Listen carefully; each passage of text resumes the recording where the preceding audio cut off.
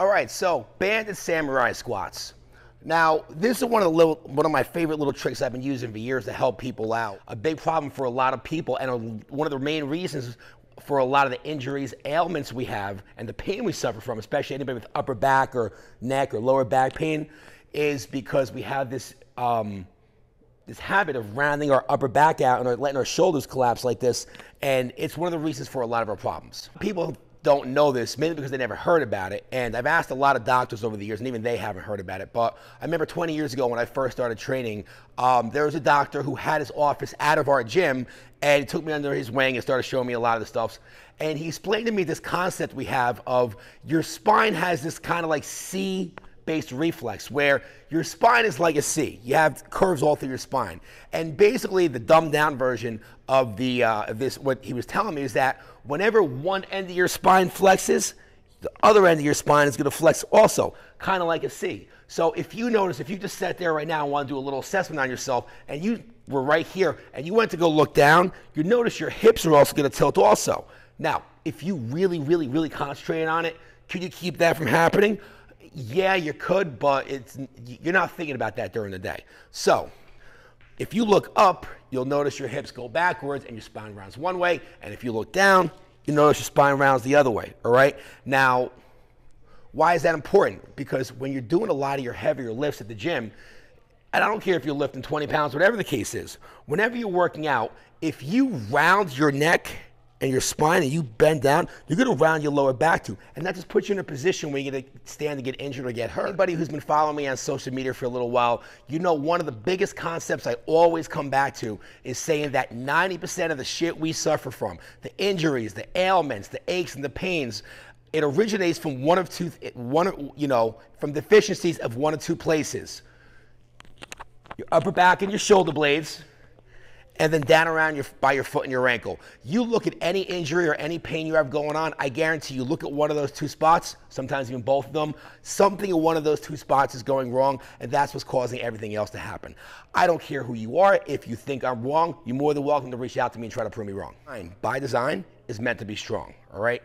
It's designed to be mobile and pliable when it needs to be, and it's meant to be firm and stiff and strong when it needs to be, all right? But unfortunately, just because of the sedentary lifestyle habits we have these days and the fact that most people just aren't as active as they were pre-COVID, it isn't necessarily the case for us anymore. And hopefully with exercise like this and some of the other stuff you guys are hopefully going to see on our pages, we can fix that. So let's take a look at what we got. What I'm going to do, taking my rubber band, just like we did before in some of the previous videos, we're going to have it just above the knee, right?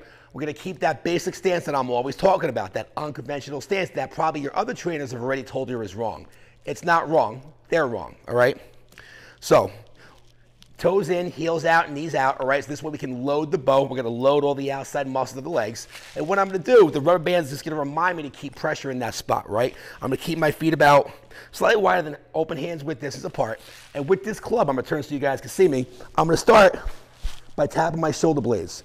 As I squat down, keeping the knees out, I'm going to squat down, I'm going to tap my butt, I'm going to bring the club out in front of me to about chest level. And then I'm going to raise it back up. My first motion from the club is up by pulling down with the shoulder blades. I'm driving them down to my hips. And by pushing the club up to the sky, that drives my shoulder blades down and back. It keeps my spine straight. And I come up and down. I tap, I keep it tight, and I'm back up, keeping the knees driven out the whole time. Right? Riding the rails, outside rail of the foot. And I'm squeezing my shoulder blades to lift the club up as I go.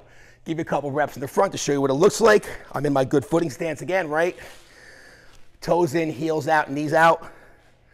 My club's gonna start. I'm gonna tap the shoulder blades. I'm gonna stand nice and tall. I'm gonna come down. I'm gonna chop to about chest height. I initiate with the shoulder blades. I initiate to drive up above me. And I'm driving up to the sky with the club to pull myself out of that squatting position. Typically with these, we'll do about, I'll hold them on the bottom for about 1 to 3 seconds, depending on the level of the client I'm working with, whether they're more in the more experienced or beginning category. And usually, I would say ballpark average, I'm doing about 7 to 12 repetitions with this.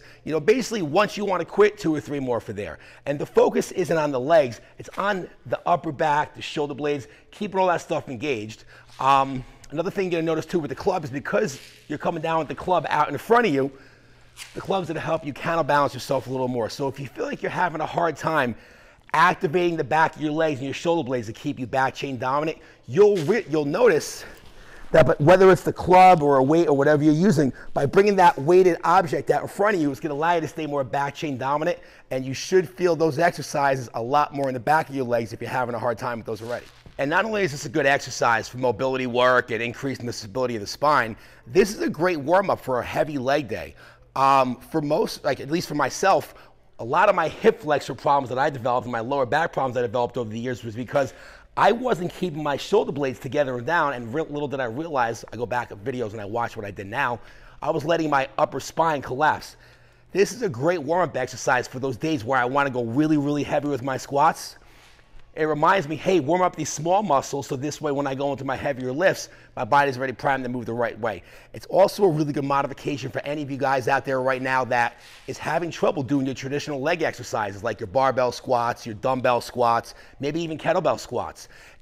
This club right here is 2 pounds. And I can tell you right now, I get a killer squeeze in my shoulder blades and I get a big burn in the back of my legs doing this exercise, even the one we were doing just right there, because it's helping me keep my body in the right alignment where I'm able to do the motion the right way. And when you train the right way, your body's gonna respond the right way. And you'd be amazed, you don't need a lot of weight when you start doing stuff the right way. Guys, I hope that helped you out. Once again, this is the RMT Club from David Weck of the Weck Method. If you guys have any questions about the exercise we just went over, or maybe where you can get your own Weck Method clubs, do me a favor, reach out to me some way, shape, or form. Like I always say, email, Facebook, Twitter, drop me a DM. For those of you guys who have my cell phone, you can shoot me a message on my cell phone, or you can always find me by just searching my hashtag the Jason Effect. You can find me all across the internet. Trust me, I'm not that hard to find. But if you guys got questions, reach out to me. We'd love to give you more help. And if you have any questions that you haven't seen in a video that we've done yet, drop me a message, let me know so we can put out some content to help you guys out and give you what you need. That's it for this one. Drink water, stay motivated. See you in the next one.